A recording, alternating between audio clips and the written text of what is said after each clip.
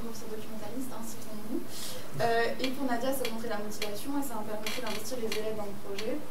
Pour les partenaires qui seraient présents dans le projet, ça permettrait un développement de relations entre famille et école, l'acquisition également de connaissances et de compétences auprès des familles et des enfants des associations. Et ça permettrait également d'avoir une visibilité sur ces associations de quartier et de construire la politique des élus sur les inégalités entre les élèves du projet et les associations de quartier.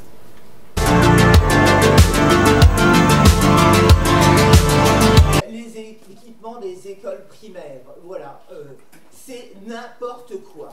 Alors, pour essayer de surpasser cette problématique des équipements qui ne servent à rien dans ces écoles, on n'a pas de tablettes, nanana, alors que si, vous avez des tablettes, bon, elles sont de 2012, mais quand même, elles existent.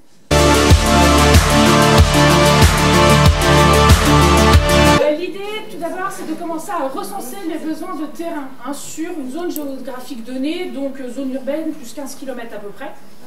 Après, c'est d'identifier sur ce terrain-là les acteurs qui pourraient donner le matériel quand ils renouvellent leur parc informatique ou tout objet numérique. Une fois que ça s'est identifié, on met en place un espèce de grange, de hangar, où des personnes qualifiées viendraient réparer ou détricoter et refaire des appareils numériques. Il y aurait j'ai oublié l'événement pour collecter les objets. Et en cinquième, une fois que ces outils sont réparés, on les redistribuerait du coup aux établissements dont ils auraient besoin, suivant ce dont ils ont besoin, parce que chaque établissement n'a pas les mêmes demandes. Et donc pour la dernière phase, en fait, il y aurait un cycle de vie. L'idée, c'est aussi d'étudier le cycle de vie de chaque objet pour permettre le recyclage.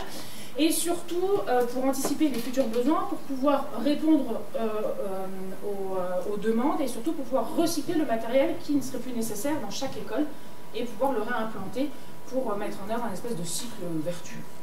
Voilà. J'ai deux enfants, dont une petite fille qui est en classe qui a 8 ans, 9 ans, donc qui est en classe de CE1, CE2.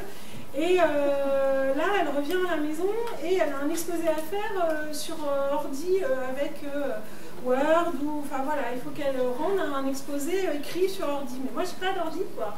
J'ai pas d'ordi et ça commence à bien faire, en fait.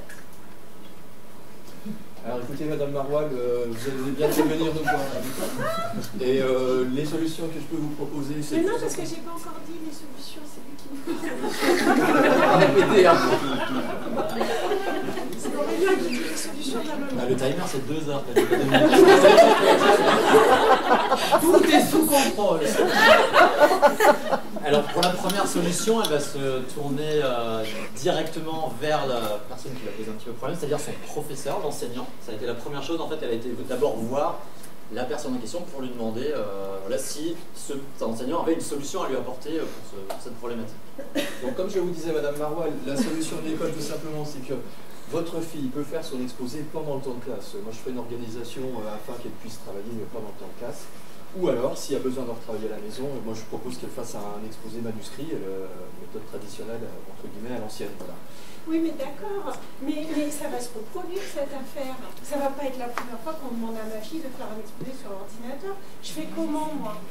Alors, pour vous proposer dans ce cas, voilà. Voilà, on va peut-être vous aider aussi, parce qu'il y a quand même la médiathèque qui peut vous aider, où il y a tout le matériel nécessaire, les gens qui peuvent vous accompagner, et donc vous pourrez aller à la médiathèque. C'est une solution. Il y a aussi la mairie qui peut peut-être vous aider pour trouver des financements pour acheter un ordinateur. C'est possible, allez les voir. Ensuite, il y a des associations de quartier qui peuvent aussi vous aider parce qu'ils ont des compétences que les gens peuvent mettre à votre disposition. Et enfin, les services sociaux. Là, vous pouvez demander à l'assistante sociale.